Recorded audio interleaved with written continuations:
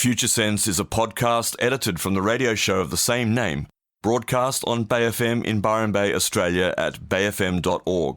Hosted by Nick Jeans and well-known international futurist Steve McDonald, Future Sense provides a fresh, deep analysis of global trends and emergent technologies. How can we identify the layers of growth, personally, socially, and globally? What are the signs missed, the truths being denied? Science, history, politics, psychology, ancient civilizations, alien contact, the new psychedelic revolution, cryptocurrency and other disruptive and distributed technologies, and much more. This is Future Sense.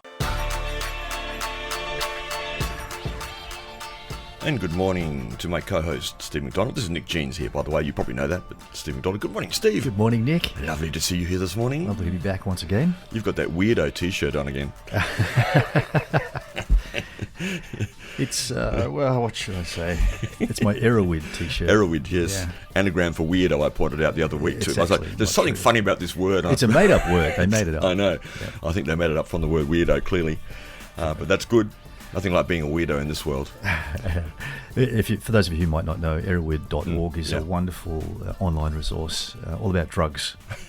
So if you're a researcher of some kind, you might like to check out erowid.org. It has a wonderful, it's like an encyclopedia basically, with all sorts of different information about more medicines, drugs and medicines. Yes, medicines. Absolutely, yeah. It's actually very widely used by the medical profession around the world, I understand, particularly in the US. When people turn up at a hospital and they've taken something strange and they need to look it up and see what it is. All right, very interesting. Yeah. Now today on Future Sense we're going to be talking somewhat about problem solving. And it's pretty obvious out there in the world that there are a lot of quote-unquote problems. So we're hearing. So we're hearing from everywhere. There's disruptions in so many countries around the world, as reported by many news outlets this week or so, particularly the ABC.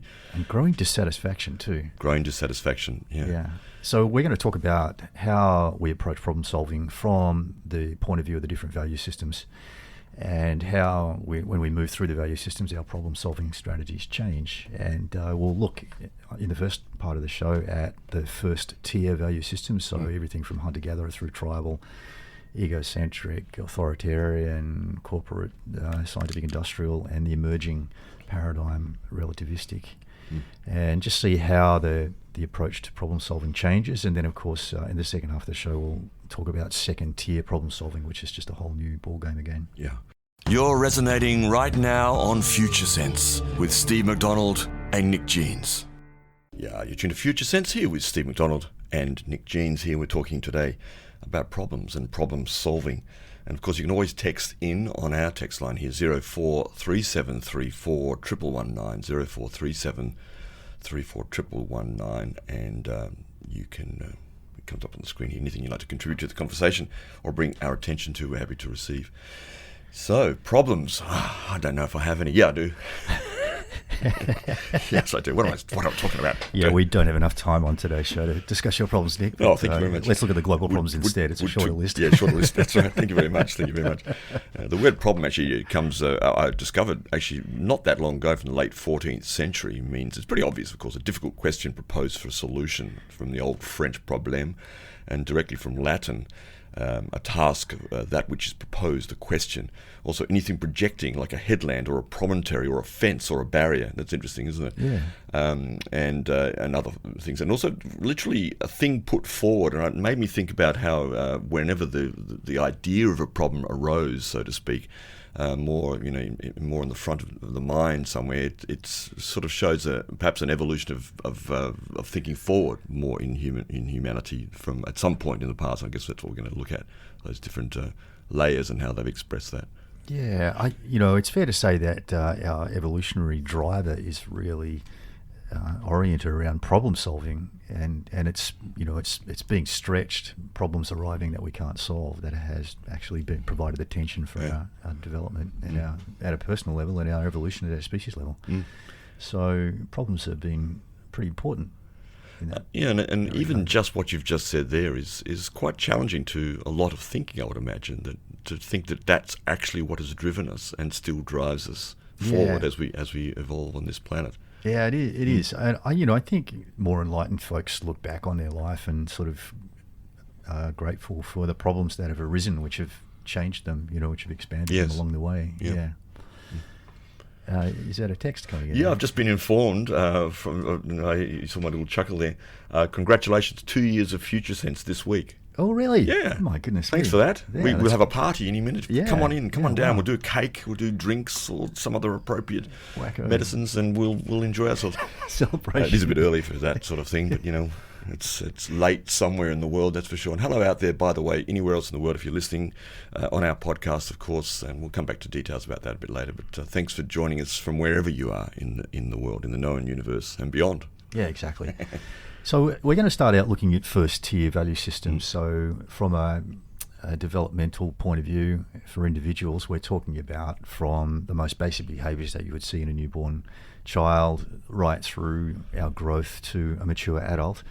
And we're going to explore the full range of first-tier value systems. So some people, depending on the complexity of their life conditions, might not develop in this life right through the first 6 value systems in the first tier of consciousness, according to Claire Graves' model.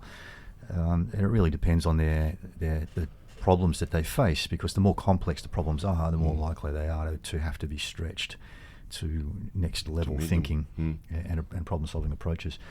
But before I just dive into the different value systems, I just want to distinguish between the individually oriented or masculine themed value systems and the communal themed feminine systems.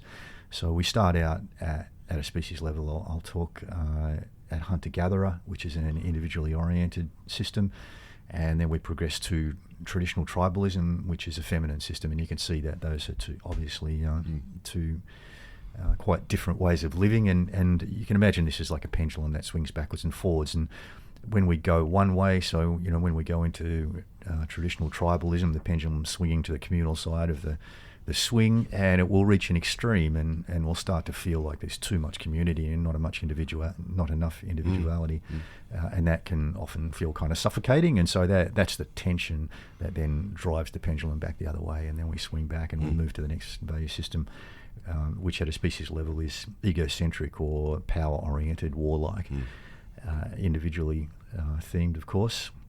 And in the individual systems, we want to change the outside world. So our focus is very much on the outside world, not so much on ourselves, although we're very self-centered in terms of our behaviour. So we want to satisfy ourselves, but we do that by changing the world to suit what we need.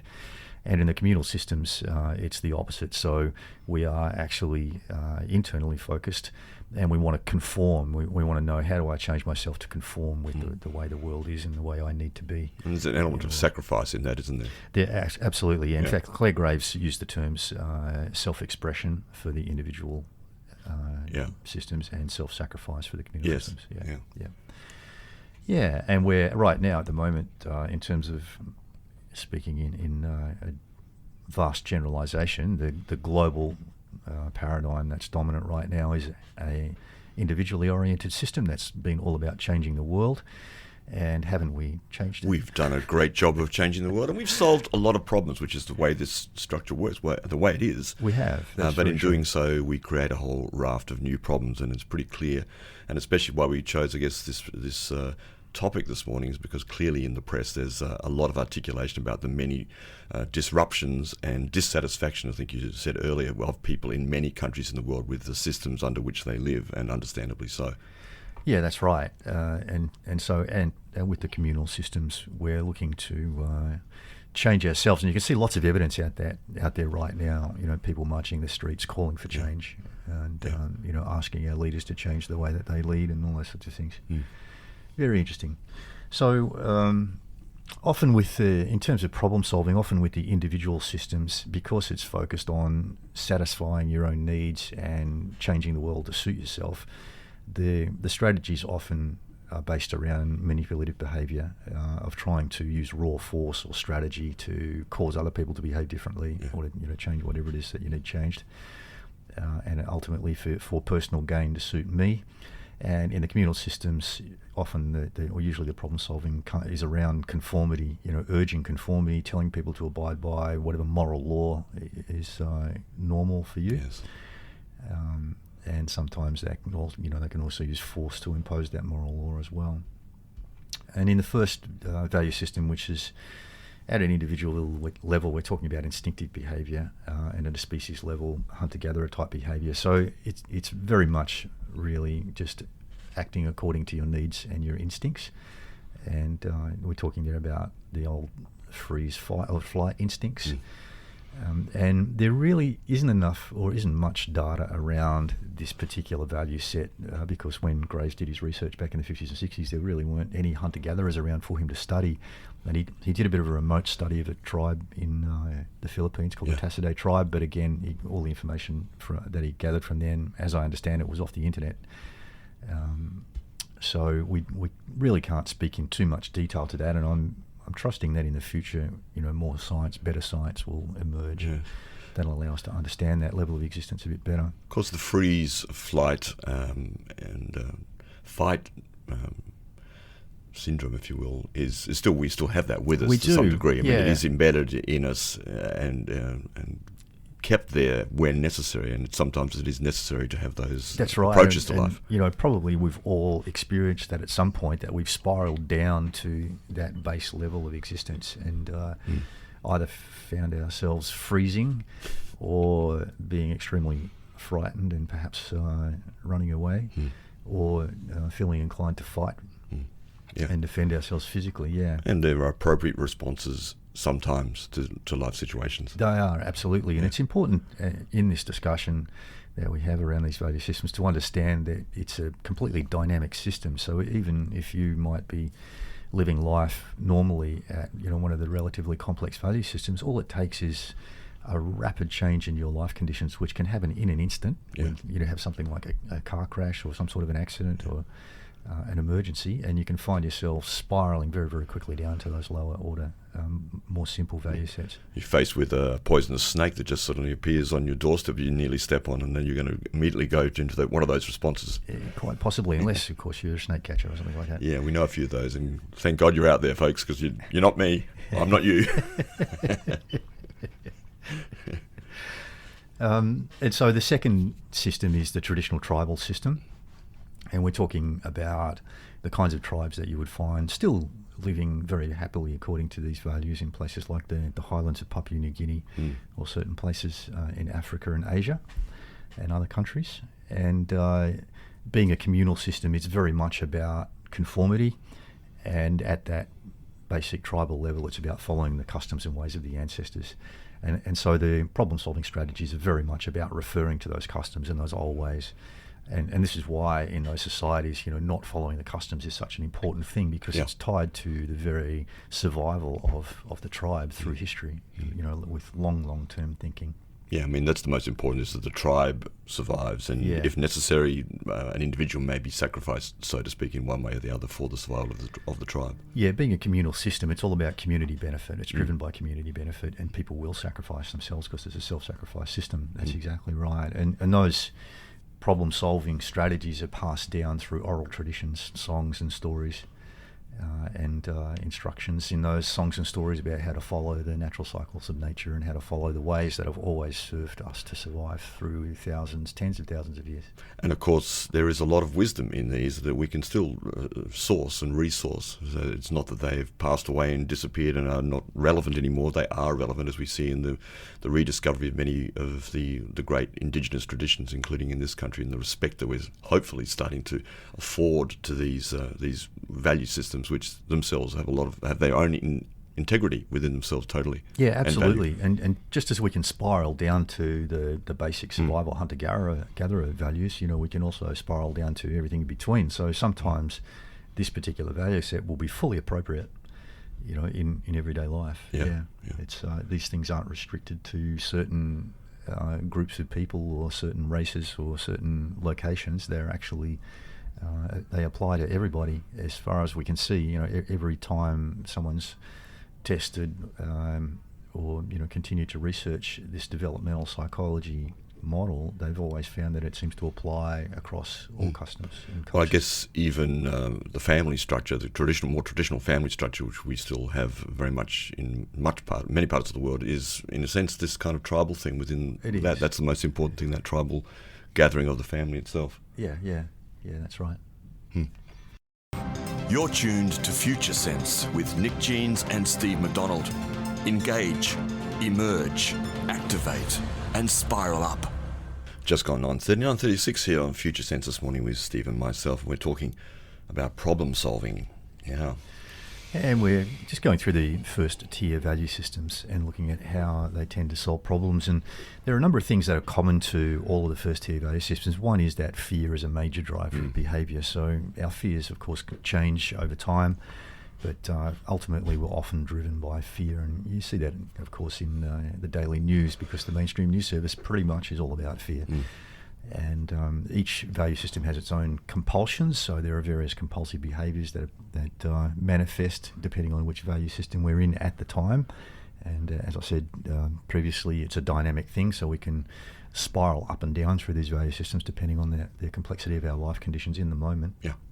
And one of the tricky things is that when we're interacting with other people, we can't directly sense other value systems when we're in these first tier layers of consciousness. What we do pick up is that people don't behave like us, some of them, and we tend to think that our behaviour is the right way to live because it works for us, which is quite logical. Yeah. And anyone who's not behaving the way that we behave, then they've got a problem of some sort. Yes. So sometimes even when there isn't a problem, we can see a problem and be compelled to try and fix it because someone else has different values than ours. Or I guess sometimes we go internally and say, why aren't I like that? Because I like that person's different and I want to be like them. And so you sort of go and try and adjust yourself from within to some degree. Problem. You can cross that problem off. Yes, that's right. Yeah, I don't have that problem anymore. I think again. And we can, you can look at work such as Claire Graves' model that we're discussing here, and you can learn these different things intellectually and try and apply them logically. And that can be useful. It can be useful just to be aware that there are different value systems, and then start to teach yourself, as you sort of experience people behaving different ways, that, okay, that may actually be behaviour from this particular value system. And so we can learn some kind of structure like this. It can be useful, but we're always faced with that limitation that we can't actually directly sense the value systems. They don't jump out at us like they do when we're in second tier systems, and we'll talk about that in the second half of the show. And there's a built-in rejection of other value systems that leads us, as I said, to basically label people as wrong in some way if their values don't conform with ours.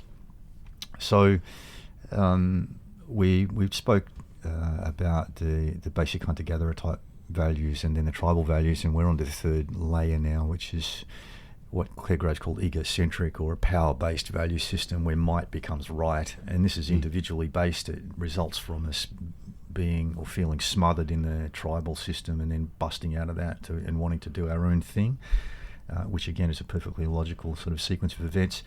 And when you're in this power-oriented system, it's kind of like the only tool you've got is a hammer and everything looks like a nail. So every problem can be solved by force, and if someone has a problem, it means they're not using enough force.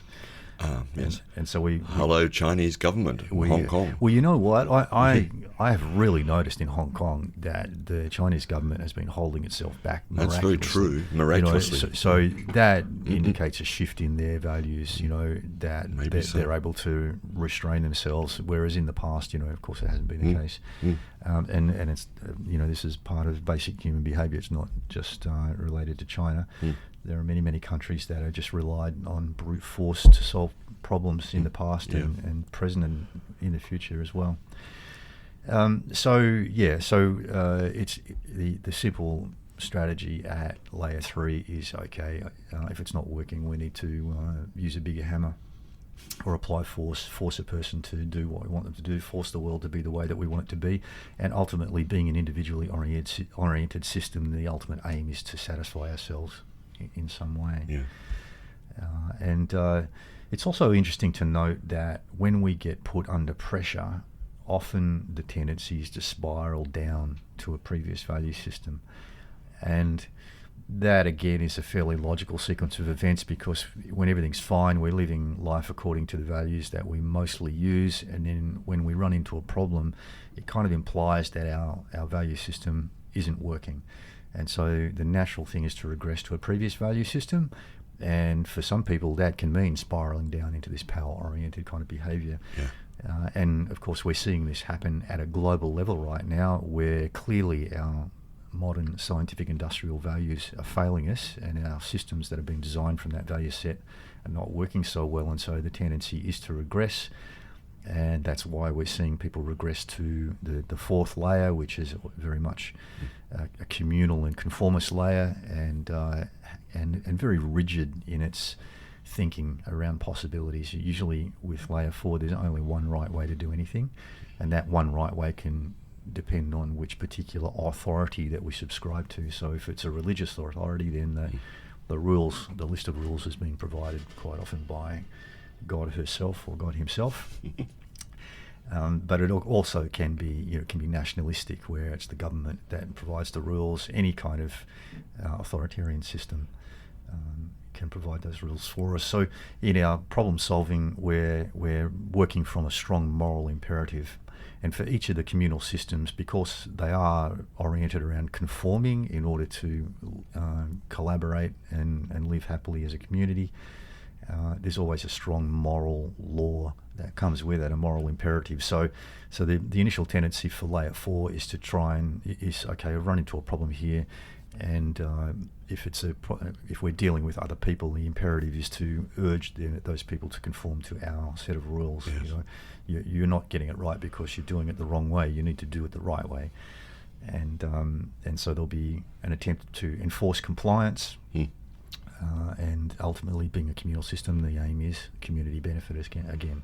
Yeah, and I guess you see that close to home at the moment with the noise that our Prime Minister's making about environmental action against businesses or groups that are, for example, supporting the Adani coal mine, one example of that. That's right, yeah. So since he's coming from a different value set than the people who are protesting, he sees different problems, right? So the people who are protesting see the problems as the destruction of the environment and unsustainable industry and those sorts of things, and his problem is it's all about business. These people need to do their business, and so you guys are the problem, and you need to fit with our value set. Yes, and that's a great example of this usual way of trying to impose your own values on other people. We do it all the time when we're operating from first tier, and I just got an interesting message. We'll just take a little sidetrack here. Yes, we get messages while we're on air quite often, and thanks for that, folks. Don't stop doing that. We do enjoy it, and we sort of bring them in quite often to what we're discussing. We love as it. Appropriate. And this is from one of our regular listeners, Conrad, who's in Melbourne. And Conrad uses an app which is called, a phone app, it's called the Disaster Prediction app, on the lookout for approaching problems. And you can get that in the Apple App Store and probably in the Android stores as well. And the people who work with that app, they just sent out a cosmic ray health alert. Now this might sound a little bit left field for some folks out there, but there is really good science out there about the impact of cosmic rays on people in various ways. And one of the ways that they found through their studies that it impacts us is if you've got some kind of a pacemaker or electronic device that interacts with your heart, then the cosmic rays can cause electrical interference and malfunction of those devices. So there's a cardiac risk there, and there's other research as well that I've seen which points to emotional instability arising from a higher incidence of cosmic ray impact. And at the moment we're going through a period of low level sun activity, so the sun's very quiet right now, and what that means is that the solar wind that normally blows over the earth when the sun's more active is greatly reduced, and that solar wind normally protects us from cosmic ray impact. So with the solar wind dying down and the sun moving towards grand solar minimum over the next few years, we're going to see more cosmic ray impact. And I think we've got a lot more to learn about what that means for us and the impact on people. But like I said, there's already some good science out there which implies that this can cause health risks, it can cause emotional instability. And some of the other things that they're pointing to in this alert that's come from the app, and I haven't really got any science that I can pull off the top of my head to back this up, but this is what they're saying anyway. They're saying that people with autoimmune issues may be at risk, and people who suffer from cognitive decline may also be impacted.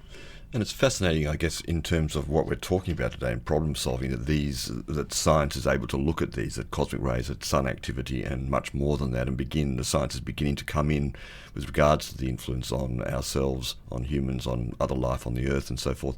That this is a whole new set of problems that is emerging in this time because we're becoming capable of addressing these problems. Yeah. So as we move through these value systems, our area of interest expands. Yeah. And so if you look back in history, you can see that we've gone from living within a relatively small contained area, like, for example, the traditional tribal, you've got your tribal boundaries and you live within your tribal boundaries.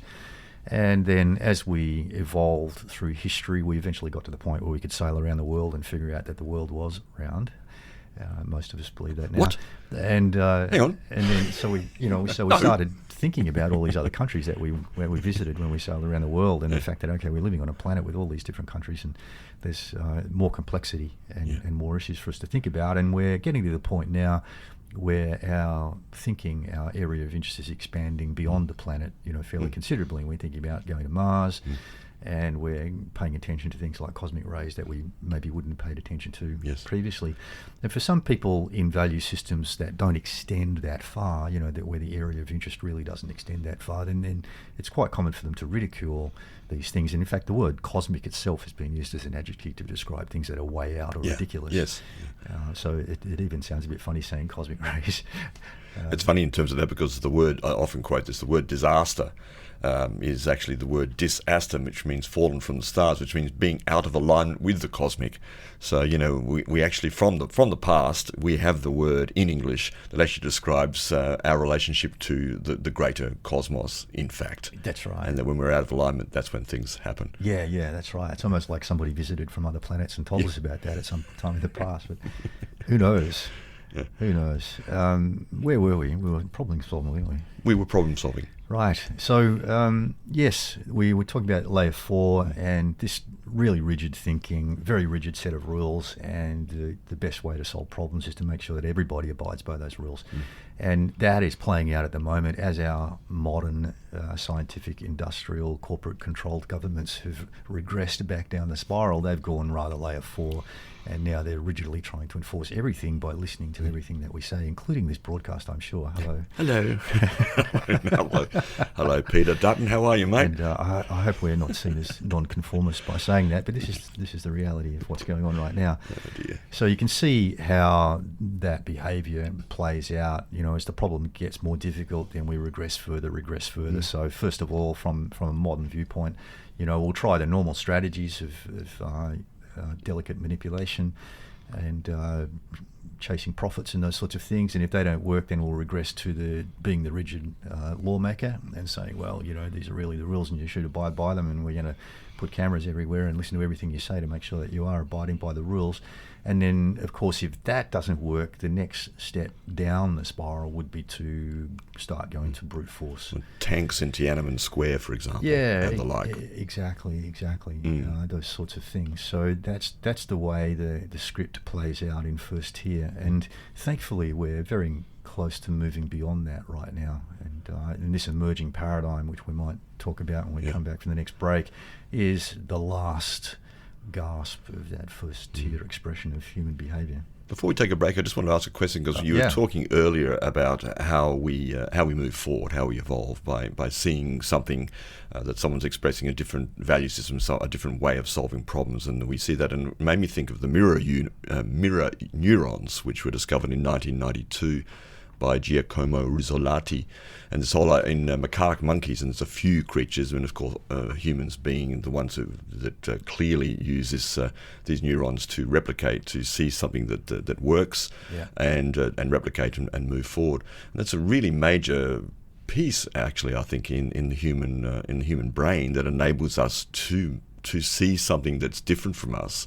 and when we're open to it because of our life conditions, we're able to actually mirror that and to practice that and to become accustomed to and move forward with that. Yeah, that develops fairly early in life, and in fact, traditionally in the Eastern martial arts, the way of teaching children was not to instruct them in the same way that you would instruct an adult, but to ask the child to stand behind the adult practitioners and copy them. Yeah. So that's a very long established teaching mechanism for younger people. And I think as we progress, we'll understand more about those mirror neurons and the holographic resonance that is at the foundation of that kind of behaviour, and we'll discover more sophisticated ways of using that holographic resonance for healing and other things. I like that, holographic resonance. We'll leave that on that note. We'll take a break here. You're tuned to Future Sense with Nick Jeans and Steve McDonald. Engage, emerge, activate, and spiral up. You're tuned to Future Sense, and just to remind you that you can look at and check out and listen to our podcasts via various ways through your own platform, iTunes or other places, or from futuresense.it, our website. And our text, I'm going lost myself today. Funny, it must be something in the... Oh, it's the cosmic rays. Cosmic rays, mate. It's the cosmic rays. That's it. Which, according to our guest here, is going to increase cloud formation and thereby reduce global temperatures, according to the Chilling Stars, which thanks Dudley for always bringing our attention to that book, which we are familiar with. If anyone is interested in looking into that, there's a great documentary which is free on YouTube called The Cloud Mystery. It's very worth watching. Indeed. So yes, our podcast at Future Sense Show in Twitter.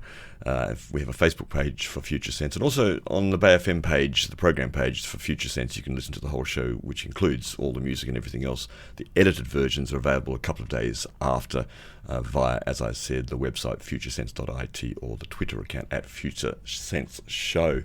We're stumbling through today in a beautiful way, and happy to do so too. That's right. It's amazing what those cosmic rays can do. It is, indeed. So we're just coming to the end of the first tier set of value systems, talking about problem-solving strategies and how we're driven to address problems in different ways in the first tier, and also how we can spiral down to more simple value sets when we run into an issue that can't seem to be solved in a sort of an everyday way from our most common value set. We'll slip backwards to the previous value set and even go further if we have trouble solving the problem. And of course what that means is that our behaviour becomes more raw and really more primitive as we go further back down that value set. Yes. And we're up to layer 6, which is the emerging paradigm. So this is a paradigm that might be very familiar to you if you're listening to this show, but for most people in the world, the majority are not quite there yet, or they're perhaps moving into it, and we're seeing more and more evidence of that around the world as people come together in protest of the old ways, the modern scientific industrial ways in particular.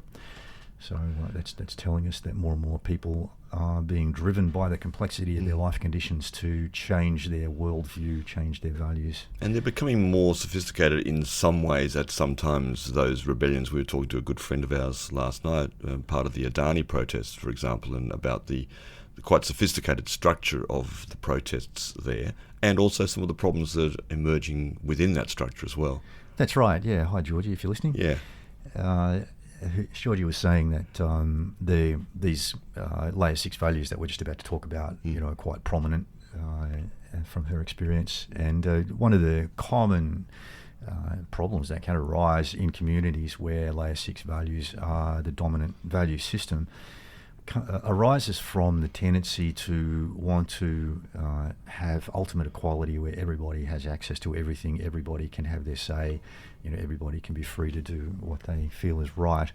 And when you have people from other value systems who then come into the community, and often they're attracted because of that freedom, you might, for example, get somebody from layer 3 values who's all about being ultimately free to do whatever they want and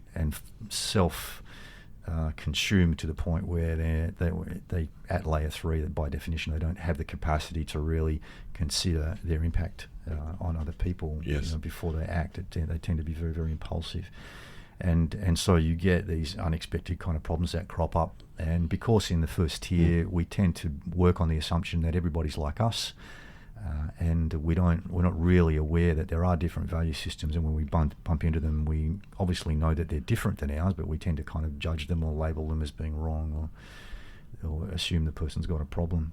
Yeah. So it's quite common in layer 6 created communities to find intermittent disruption from other value systems that have come in, most likely been attracted because of the freedom that they see and the companionship, and then when they express their values. And the natural openness that layer will begin their process of accepting someone else in a way, because of the ideal that everybody's equal and the ideal that everybody should have equal access to, as you said before. And yet faced with someone who arrives, or a collection of people who arrive with a different value system, there's quite a difficulty for many people to receive those people, and it will become also a rejection that may occur there, and that's probably very problematic for people on that layer, I imagine. Well, it is, because if you're operating from layer 3, where you're just operating impulsively and seeking to make the world fit with what you need and to satisfy yourself all the time, then you, like anybody in any first tier value system, you expect everyone else to be like you. Yeah. And so, if you come in sort of fairly raw and full on, then you expect that anyone who doesn't like that would come back at you the same way. And so value systems that aren't inclined to behave that way won't do that. And so you assume that everything's cool, and that obviously creates issues. I mean, there's been some great examples recently just on the protest thing. I'm thinking now of the Bentley blockade a few years ago, which was very successful. And one could argue that whatever problems that we're articulating right now, that those different value systems coming into that layer, were obviously dealt with quite well, because there seemed to be a very coherent community of activists out there that succeeded in doing what they did, and there was a really good structure. And of course, it's touted as an example of in a sense, evolved protesting. Yeah, look, I haven't studied it in any detail, but from what I saw of that blockade, I really strongly suspect that there was some second-tier leadership at play there. Yeah, because it was managed so well. Yes, indeed. And of course, it worked. And it worked, and hopefully the Adani thing will do the same thing. Yeah, absolutely, absolutely. So for layer 6, the ultimate problem-solving strategy is to rebalance things. Layer 6 has inherited a world that is out of balance. It reminds me of the Koyaanisqatsi movie. Oh, yes. And so the logical thing to do is to rebalance things, is to look for what's out of balance and to try and rebalance it. And that is done through connecting deeply with other people, through communication, lots of communication. And communication can include demonstrations and protests. And sometimes excessive communication. I mean, that was the inflection that you delivered there, isn't it? Because sometimes it can just be too much talk and not enough action. It's all relative, Like if you're at layer 6, then there's no such thing as too much communication, really. So it depends where you're looking from. And the other thing is the redistribution of resources, and you hear calls for that all the time. And again, this is because layer 6 has inherited a world where everything's out of balance, and the allocation of resources is one of the most obvious things, particularly money, where a small percentage of people have got most of the money in the world. Yeah. Well, the ideas of universal basic income are being discussed more and more places as we move forward right now for that very reason. Exactly. And layer 6 is a self-sacrifice system, so it's primarily concerned about internal change. And it does work very well in community in a shared way to seek that internal change, where a group of people will come together who all want to change themselves somehow, and they'll share their experiences and strategies with each other, and help each other make that internal change. And that's a really important part of the process at layer 6. So there's a big focus on healing as well. Part of the internal change is to address anything inside us that needs healing from our previous experiences, and so that those can be experiences received in previous value systems at earlier ages in life. And this is a very important part of laying a solid foundation for what Graves called the momentous leap into second tier, this biggest change that humanity has ever made, far bigger than any of the changes between the value systems in the first tier. We need to be well, and we need to be solid. We have a solid foundation to make that big leap.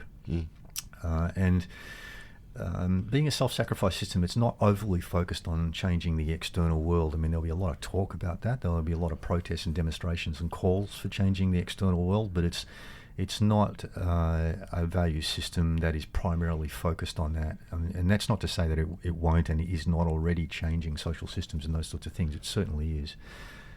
But the fundamental focus is on changing ourselves in this system.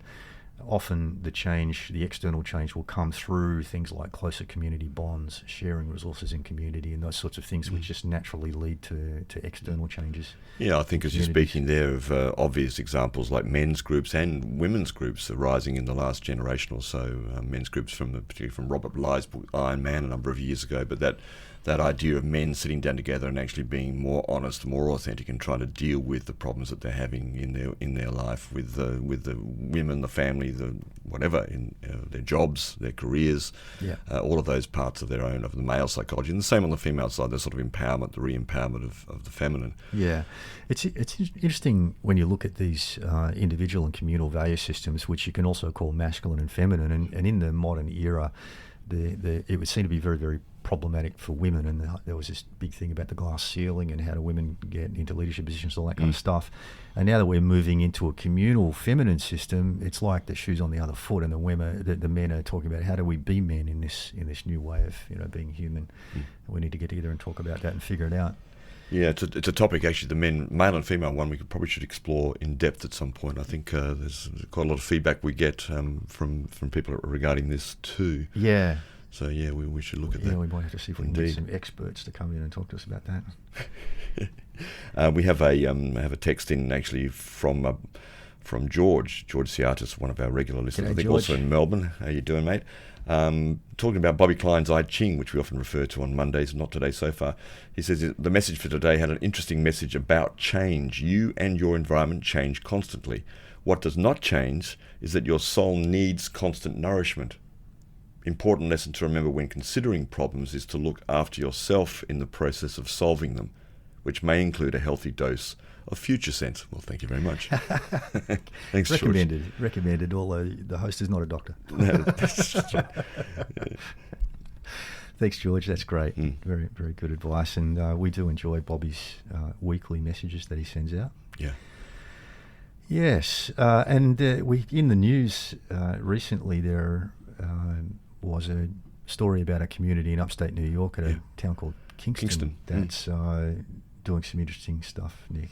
Yes, you can check out in The Guardian, the article is called The US City Preparing Itself for the Collapse of Capitalism. And it's a small town, 23,000 or so people, but diverse, being upstate New York, and doing some pretty amazing things. And I think we talk quite often on this show, we mentioned the word resilience, and it's a word, it's a buzzword that's out there, and it's a very good word because we're looking at the necessary movement of our focus, arguably, towards smaller, resilient communities. And this is a very good example of exactly that. And clearly, Byron Shire has elements of these things, and many people would argue that we've gone backwards and we're not doing enough, and probably all those things are true. But in a sense, we are, I think, many people having this notion of how do we create a smaller, coherent, resilient community in order to move forward at this point. Yeah, and it's a really important issue because as we see the further decline of the modern scientific industrial era's social systems, then we need to build new systems to take the place of those larger systems. And the obvious and most effective way to do that is to start locally, and that will serve us in many different ways. I mean, it appeals very much to these layer 6 values in terms of reconnection, deep connection with people, which happens face to face and not remotely over social media and those sorts of things. And also return to a more healthy lifestyle where we can have first-hand knowledge of how our food is grown and whether it's had poison sprayed on it and those sorts of things. Perhaps know that people actually grow the food and participate in local markets. All of these things are wonderful for building local community, and we really, in my opinion, do need to focus on resilience and to build local systems that could support us as the larger scale scientific industrial systems decline further, because you can look around right now and you can see lots and lots of evidence, not only of the fact that our governments are becoming less effective in making things happen and therefore more desperate to try and control people, but also that things like our infrastructure is declining as our technology is changing and we're moving away from the old-fashioned telephones. Our telephone networks are degrading, and our power networks are doing the same thing. As people are starting to generate their own power with renewable energy devices, there are problems sustaining financially our coal-fired power systems, and a lot of pressure anyway, to cut down the pollution that they create. One of the interesting things about Kingston, about what they've done there, is to do with art. And as you're saying, these collapsing systems, and they talk about here America's healthcare system, which has clearly got many problems, as ours does too. America's healthcare system has long been in shambles then and still today. Where single-payer care was available, premiums and deductibles were astronomical. Luckily, among their friends there in Kingston were doctors and dentists who valued the work we did as equal to their own, and that work was about art. So they came up with a plan, drawing on the age-old system of barter. We figured out a way to trade the art of medicine for the medicine of art. Kind of good. So basically they created these festivals, and licensed health professionals volunteered to staff an on-site pop-up clinic. So basically, they offered their services as professionals in medicine for this experience of a collective festival within the community. That's pretty cool, isn't it? Pretty cool. It's pretty cool, and it sounds like fun too. Sounds like fun, indeed. Yeah. Very good. Very interesting. I'll tweet a link to that story after the show.